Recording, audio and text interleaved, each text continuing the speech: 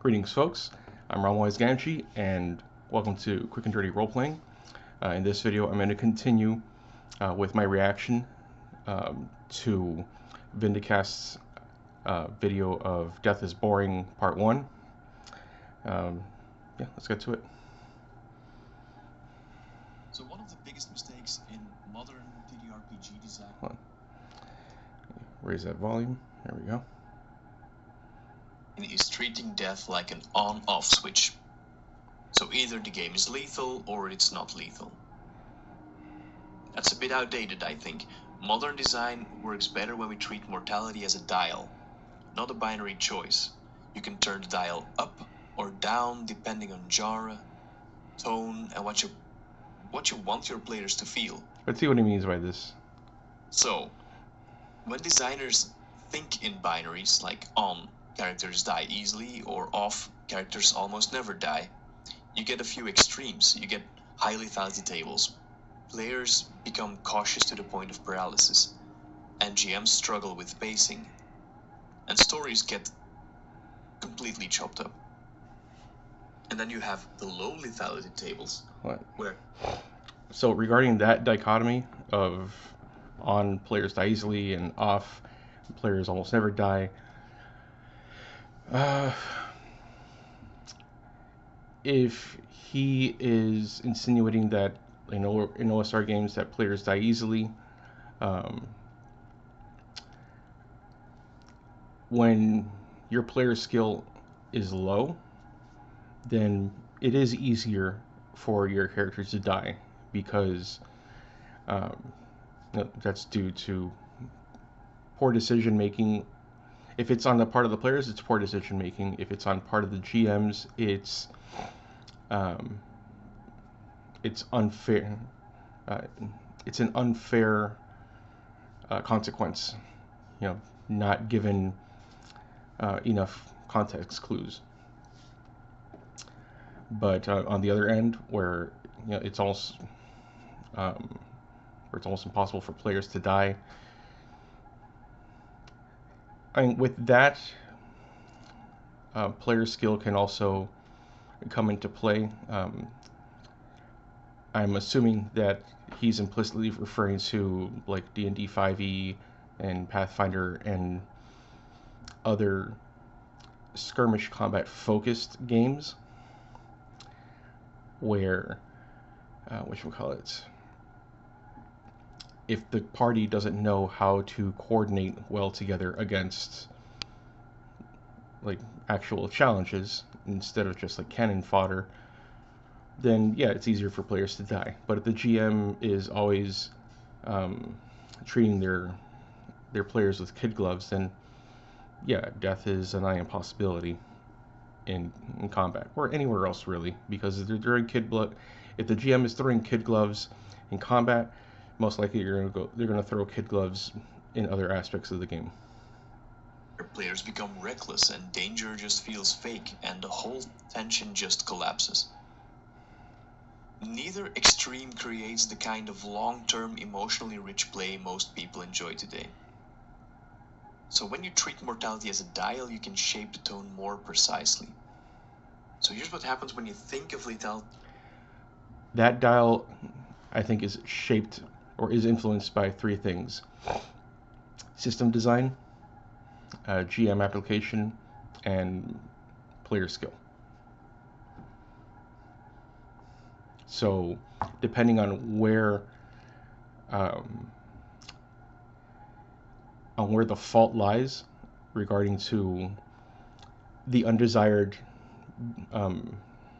degree of, I guess, death distribution, you have to know where it's coming from and then apply the appropriate measures, whether it's on the systemic level, on the GM level, or on player skill. Is something you can adjust instead of something you decide once. So a gritty survival game, then you need to turn that dial up. Heroic fantasy, you dial it lower. You're playing a detective noir game, the threat will be high, but so is death. With regards to heroic fantasy, I think an appropriate way that heroic fantasy makes um, PC death less common is because the PCs are powerful, like in comparison to other aspects of the world. Not so much that the world is artificially reduced in difficulty so that the PCs seem powerful. That's handicapping the world. And again, like I mentioned before, depending on how the GM challenges characters in heroic fantasy, if they're facing up um, against opposition that is similarly powered, then expect a higher lethality rate, and that's not really a flaw. It just so happens to be the world being the world, and the PCs being the PCs. It's just that the scale is higher. So the dial becomes a bit more nuanced. You're playing cosmic horror. Death isn't the fear, it's the madness, the truth, the sanity loss. Death is And also losing fear. your bonds, for example. Dial death down, but dial the consequences way up. And then it becomes flexible. It adapts to the experience instead of flattening it. And it starts to manage players' Regarding the dialing death down but dial the consequences way up, um, the issue with gaming that I guess causes him to say that is that, as I'd mentioned prior, that oftentimes death is the only um, ultimate threat. And then I had elaborated um, about the other kinds of ways in which said PC is no longer viable to continue adventuring in the campaign. And those elements, in order to make them matter, they need to be incorporated systemically, or systematically, like within the game's system. expectations. A major source of conflict at tables is mismatched expectations. That's why sessions, Or better yet said, mechanically. zeros are extremely important. Some players may think the world is very deadly, while others think that they're the protagonists, and some think they should rarely die, and some think they should die often. Most systems don't clarify where this dial sits, and then they leave the GMs guessing. I see a lot of games, and I also. Yeah, I agree that that's a problem. Um, I think more and more games, the author or the game designers should bring this up, not directly like, oh, this game is very deadly, or whatever, but this game is about this, and um, throughout the rules, the rules ought to support like what the game is about. Um, Most recent example of a game that I think does this really well is Draw Steel. In saying that it's a tactical, cinematic, heroic fantasy RPG. It explains what each of those pillars means, and then the rules. Uh, the rules are designed with those four pillars in mind.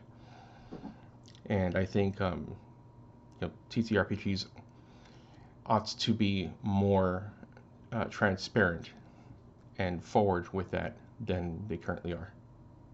Fell into that trap a few times where I just say, hey, this is a deadly game, but what does that mean exactly? It should be very specific on where this dial sits and explain why, and give guidance on adjusting it. This clarity will prevent resentment later. And adjusting this dial changes the way players interact with the game. If you dial it all the way up, players focus on survival decisions, resource management, retreating, scouting, caution, calculating their risks. If you place it more in the middle, then they will balance danger with story. They will make a bit more dramatic choices, and they will come up with That balanced danger with story, that's I see that as a false dichotomy. Um,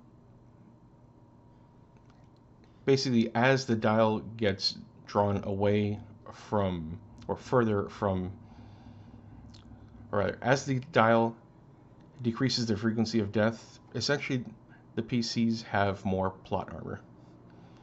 And with that, they feel more comfortable doing dramatic, cinematic things. And, if that's the kind of game you want to go for, those kinds of games can be fun as well. clever plans, and the tension will feel fair. Then, if you dial it all the way down, they will lean more into expression. They will lean more into emotional scenes and big character moments and heroic play, cinematic actions. And each dial setting supports a different style of fun, and there is no wrong way to have fun. Designing with a dial in mind helps avoid accidental friction between the system and the intended experience. So the dial prevents death from becoming cheap. If the system Regarding having fun, so to speak, everyone is entertained differently to different degrees. So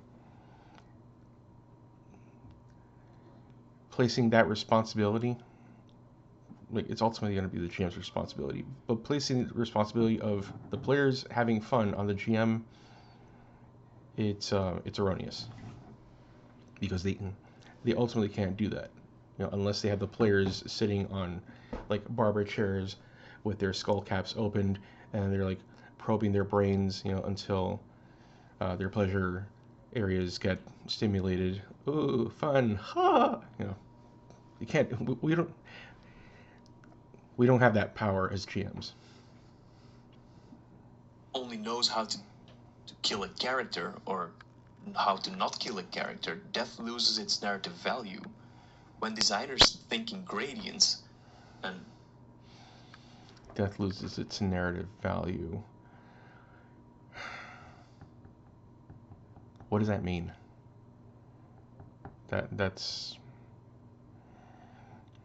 That statement doesn't immediately make sense to me. Uh, yeah. death can become meaningful, and death happens at the right time, supports the tone, and it reflects the theme of the game.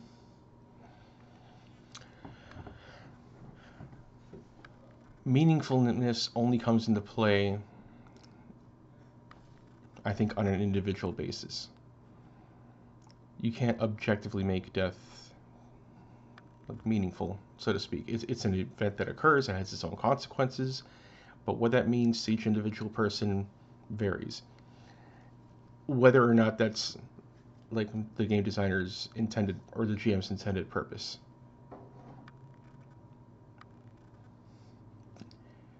My advice in that regard, um, try not to force it to take off some story beat, because almost always it's going to backfire and it's not going to be appreciated by your players. Scarcity makes death powerful, and this dial preserves that scarcity. And a good system makes this dial visible in the book, in the rules. Players should know how dangerous the world is meant to be, and the GM should know this as well. That's not always obvious. Um, First you take into like resource factors, like hit points, for example, and you take into consideration um, things that deplete hit points and seeing like what ranges of damage they do. Then, of course, there's the frequency in which a character's hit points um, are placed, in danger, for them to be reduced. And then there are mechanics that can be employed by the players in order to mitigate hit point, like their own hit point reduction, while maximizing the hit point reduction they impose on their um, on their foes. So it's not immediately obvious all the time. You know, you gotta like read the rules pretty thoroughly and just like think about it and then like play it out in actual play. So get a good idea. How often characters might die, what failure looks like, how much risk they're expected to take. And good design communicates this through text, through mechanics, through examples, or through the default consequences baked into the system. When this dial is hidden, players will read this completely incorrectly and tension will feel inconsistent. So the takeaway should be that death should not be a hard yes or no question in design, it should be a scale, a tool you adjust deliberately to create the experience you want. Treating death as a dial gives you Part of that scale are mechanics that serve as basically a deceleration to death from the point of like typically a player or a character um, losing consciousness. So like with D&D 5e, that point is the death saving throws. And it's not just a roll. Yet if you fail once, you die, but if you succeed once, then you know you wake up with like a hit point. Like no, you have like 3 chances, or rather on your third failed death save, that's when your character actually dies. But that gives the other party members the opportunity to just heal you minimum 1 hit point, and then bam, you're back in action. cleaner tone, better pacing, probably happier players, richer consequences, definitely, stronger stories, and more meaningful danger. Binary death leads to rigid, brittle design.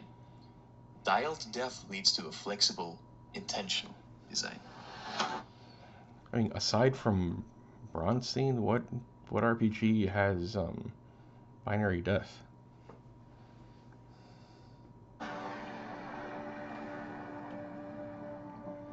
So let's build a simple framework for non-lethal consequences. Something anyone can understand, no deep theory. So one of the biggest problems in TTRPG design is that most systems jump straight from you fail, you die. Like falling off a cliff. There's nothing in between. There's no middle ground, there's no nuance. And when death is the only serious consequence, the game becomes or overly lethal or narratively shallow. Fine. Again, bring up more specific examples. With these vague examples, I mean, those are used when you want to reinforce like this very black and white point. But like if you fall off a cliff and you fall far enough, then yeah, of course you're gonna die. Even with like D&D whatever edition, it's been every 10 feet you fall, you take 1d6 damage up to a maximum of 20d6 damage, and you can lead to like silly consequences where you'll fall for like a mile, and you happen to, you're a fighter or a barbarian with lots of hit points. You fall for like a mile, you land, and you just happen to take a low enough amount of damage that you still have some hit points left, and you get up and you brush yourself off. That's really silly.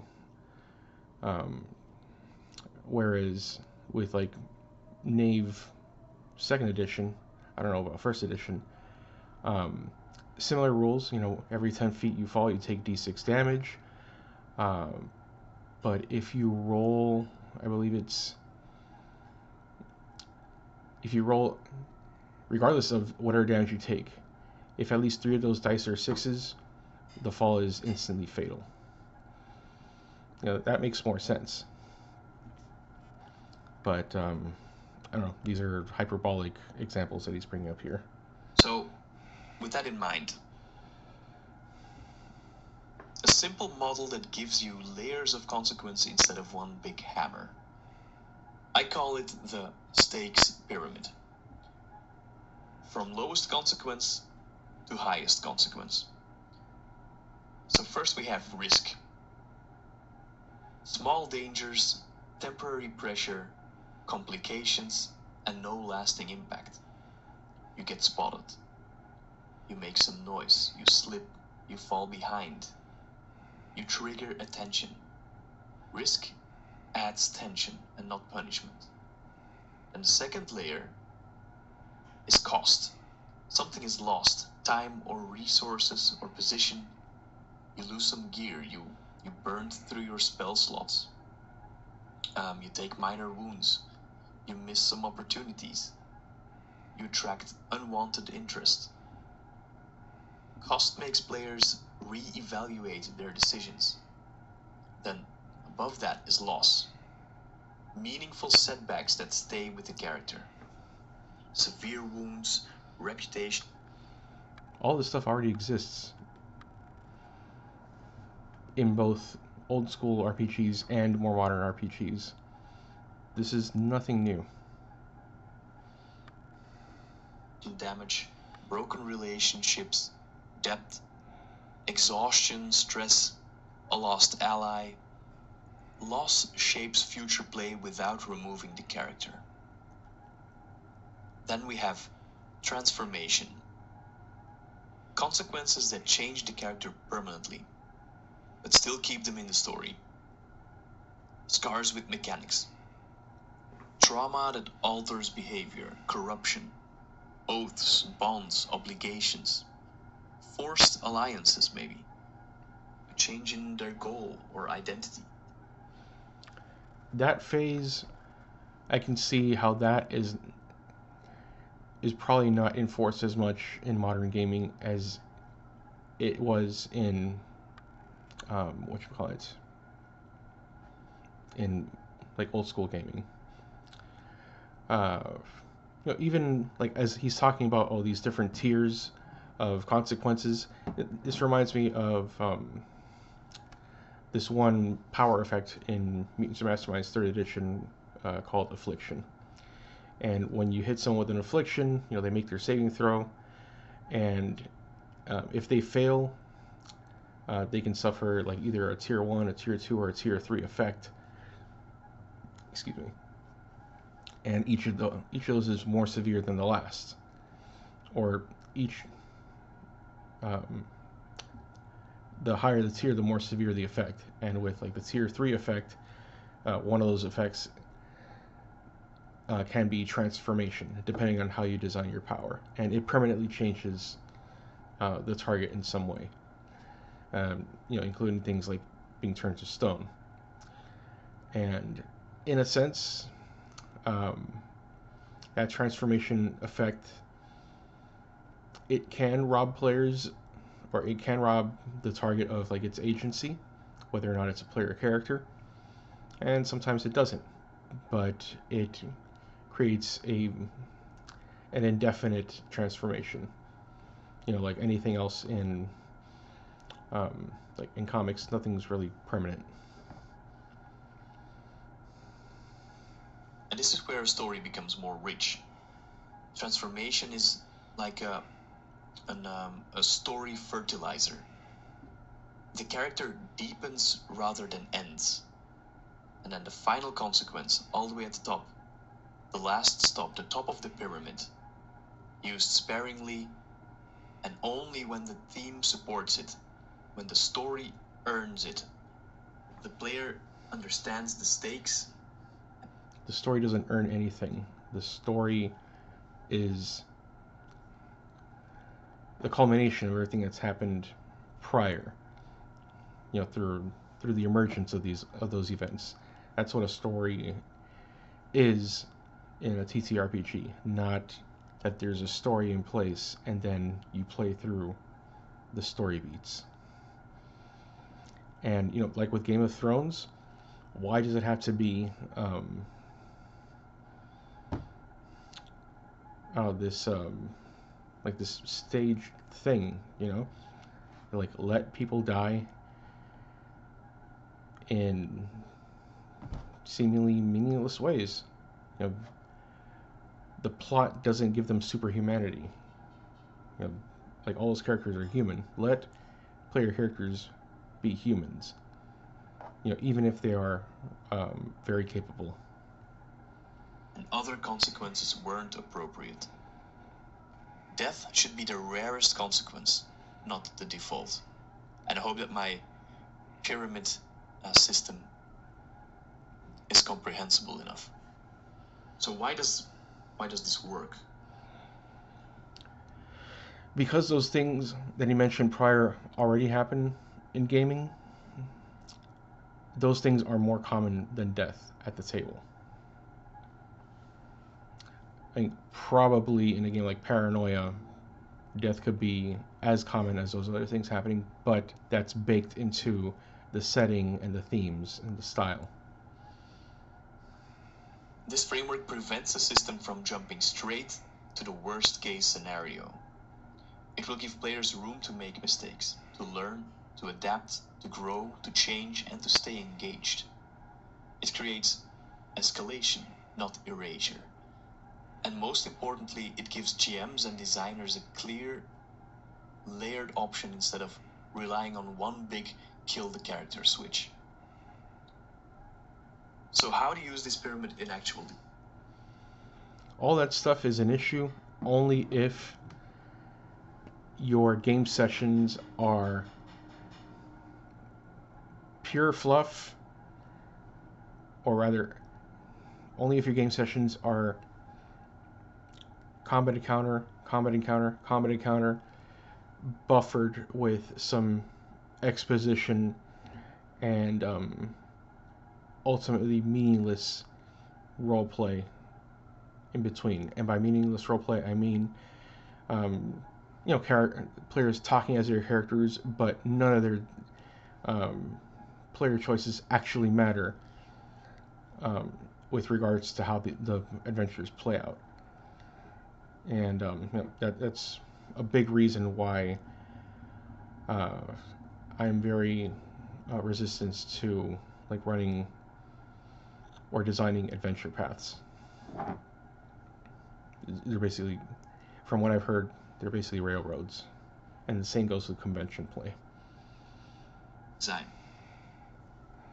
You can build mechanics for each layer, so don't just use health points, for example, where 0 means death. You can add other mechanics like stress, scars, fallout, depth, complications. Recently I saw one where you lose points in your attributes. For example, first your constitution goes to 0, but it doesn't mean you're dead yet. But you can also lower someone's dexterity and then they're not able to move anymore. So there are some other layers. Use death only when the other layers fail. So there, he's probably talking about some version of Cairn or Cypher System. And don't fit. For example, if someone makes a catastrophic mistake during a heist, transformation is probably more interesting than instant death. Then telegraph the pyramid to players. Let them know that this game escalates and its consequences gradually. That death isn't the first step. That if you make a mistake, it doesn't mean you immediately die. Or your character immediately dies. Regarding the heist, that depends on the details of the heist location. If the trap they happen to activate is one where they fall into a pit of spinning buzzsaws and they're like low-level characters, then yeah, they're probably going to die because they activated that specific deadly trap.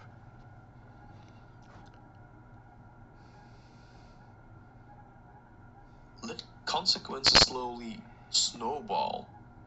That risk leads to a cost, and cost leads to a loss, and loss leads to transformation, and only at the very top sits death. Most modern TTRPGs, maybe they don't fail at it, but they fail to explain it. Because death is the only serious consequences on offer. The stakes pyramid solves that problem. That's not true. I mean, doesn't resource loss or isn't resource loss serious to some degree, especially if there are irreplaceable resources like magic items? I don't know.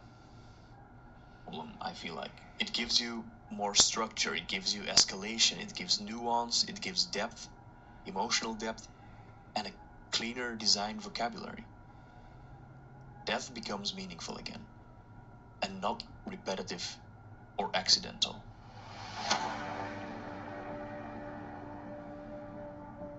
So what I often like to do is to break things down into real human psychology at the table.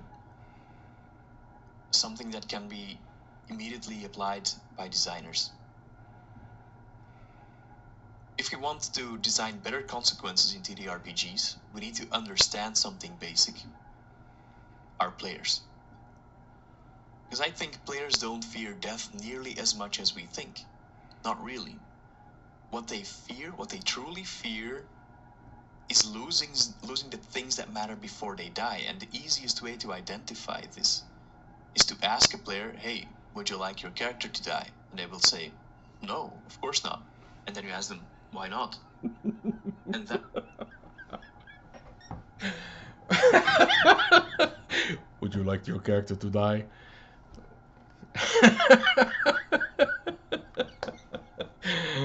Oh man. I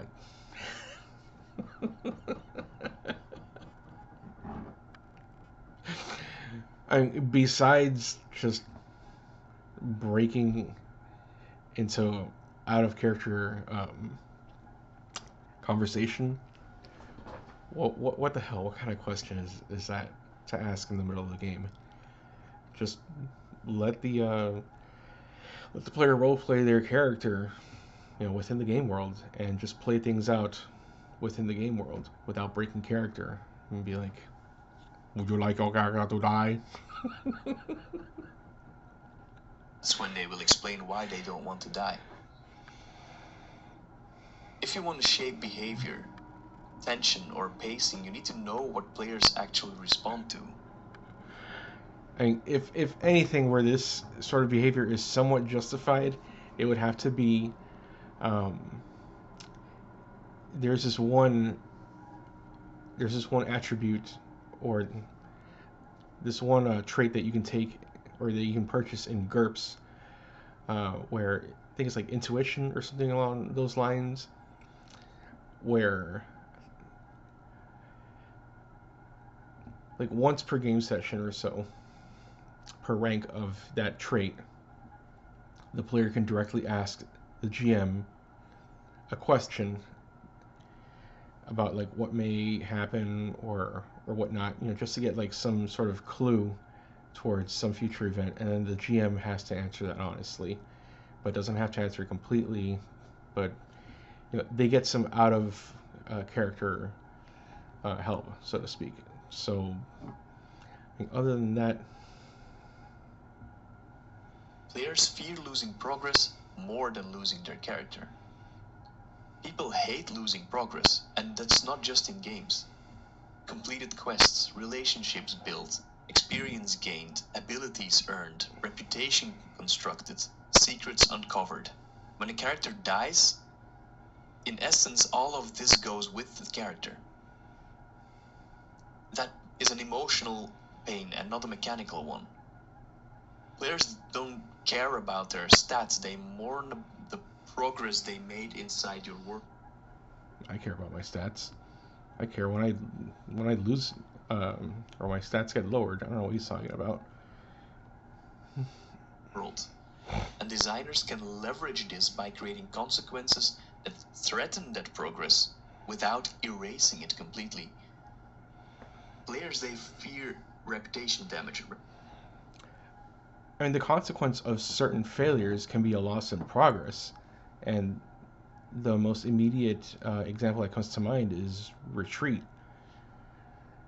You know, you lose like the progress you've made, or rather, you fail to progress any further, and depending on the circumstances, um, you kind of have to like you lose some of that progress as well, depending on how far back you have to retreat. But those are learning opportunities. Like that's just like stuff that happens, and like as par for the course. Reputation is a currency in almost every game, even if the system doesn't track it explicitly. Players, they do care about what NPCs think of them, how factions treat them, their social footprint pretty much, their narrative standing. If you threaten that, they will sit straight up.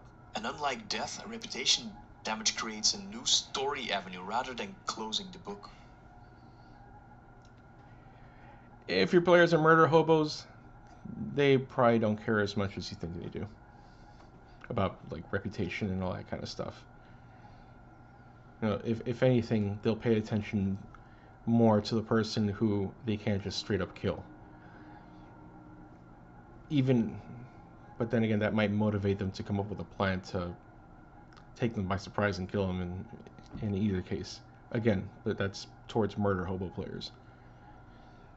Players also fear social or emotional loss. Many players won't admit this, but they fear losing allies and companions and contacts and mentors and safe havens and trust within the party. These losses often. How often that's true, I don't know, but those are appropriate things that a player should worry about their characters losing. It shows that they're invested into the game world and invested into their characters. Sting far more than death because they affect the web of relationships players value. And designers again can use these losses to create strong emotional tension without deleting characters. Players fear conditions that change how they play. Temporary or ongoing conditions like exhaustion and stress and curses and injuries, corruption, madness, scarring. Far more impactful. Out of those conditions, I'm pretty confident that the condition that players fear experiencing the most, or that are most frustrated experiencing, is a loss of player agency, regardless of the duration.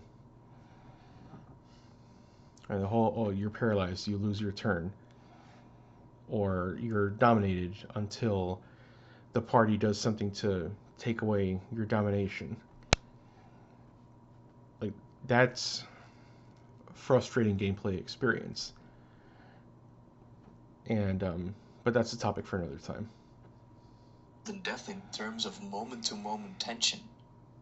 Why is that? Because they change the play experience without removing the player from the game. You can take a character's strength, sanity, luck, tools, anything, and players will react to that strongly sometimes. These consequences create persistent tension, and that's something death doesn't do. Death is the opposite of persistence. Players fear uncertainty more than finality. Death is simple, you're gone. That's it. But uncertainty is deeper. If you fail again, this could get much worse. Your position is compromised. Someone is hunting you. This wound may never fully heal. You're being watched. You owe someone something now. Uncertainty creates continuing story pressure. Death ends this pressure. Good design uses tension that lingers. Players fear loss of agency also, and this is also a big one. Hmm.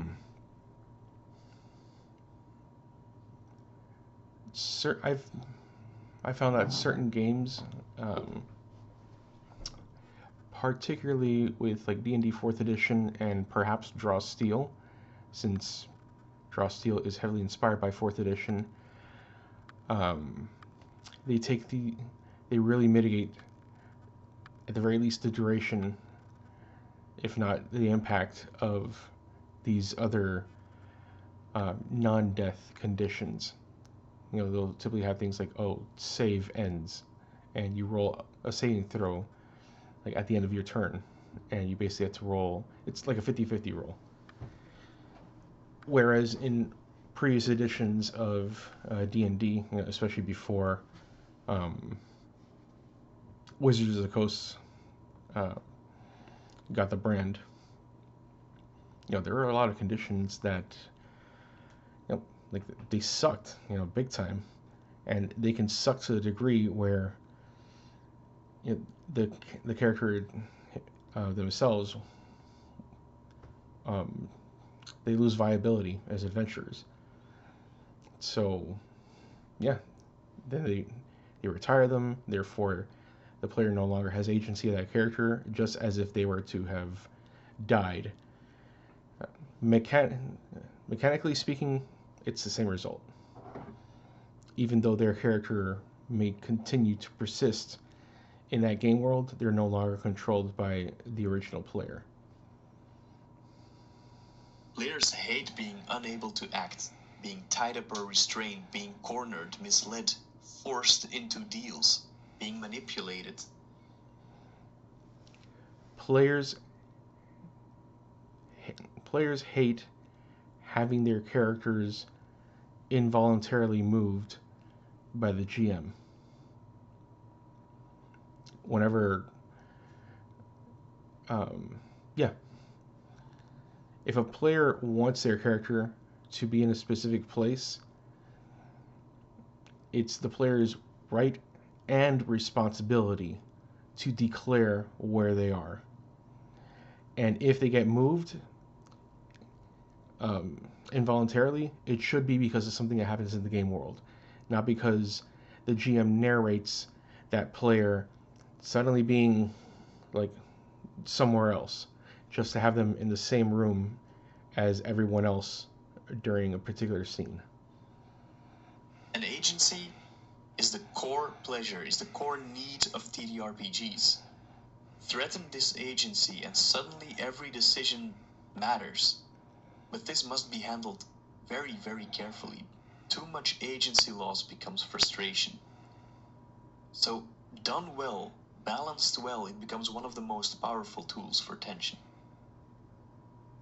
Also, players, not the characters, but the players themselves fear letting the group down.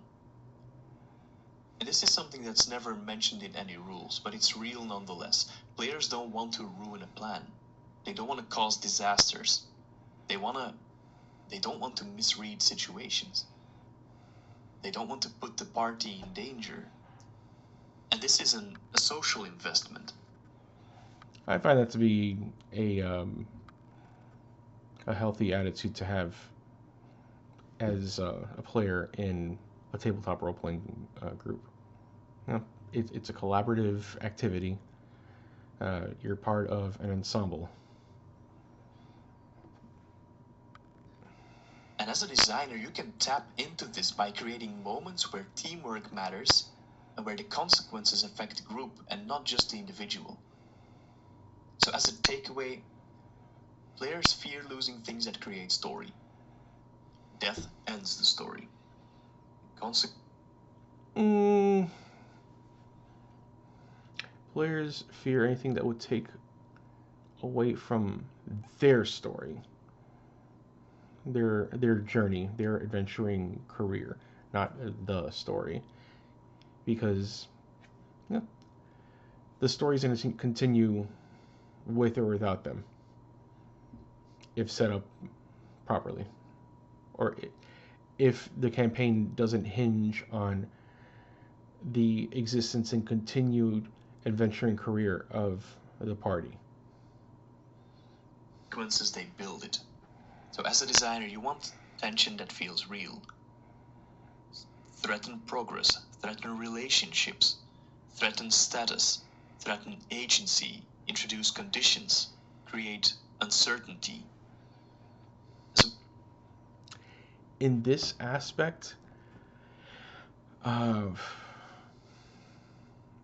I think games past um, like old school games, especially like where you create uh, like a I guess like a group of characters, like when pushing them through the zero level funnel or whatever. The more modern games where um, players are incentivized or required to fill in backstory elements have an advantage over older school games where you just create your character, you roll for your character stats, you give them gear, you write down their hit points, and off they go. Because there's already um, there are already established elements that the GM can use and threaten. Whereas with the older school games, where oh you develop your character's background through play, like those kinds of things you can only threaten once you've built relationships and social standing. matter of fact, as a designer, you need to be quite cruel. Don't just end it simply. Be cruel. Death is the loudest consequence. It's not the most effective one.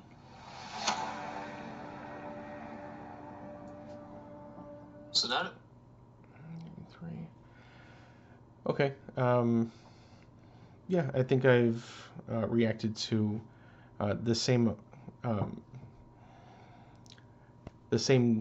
time amount of content as I did prior.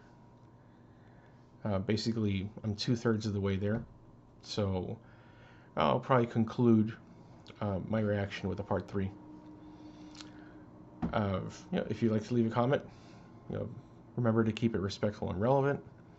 And until next time, take care and play to find out what happens.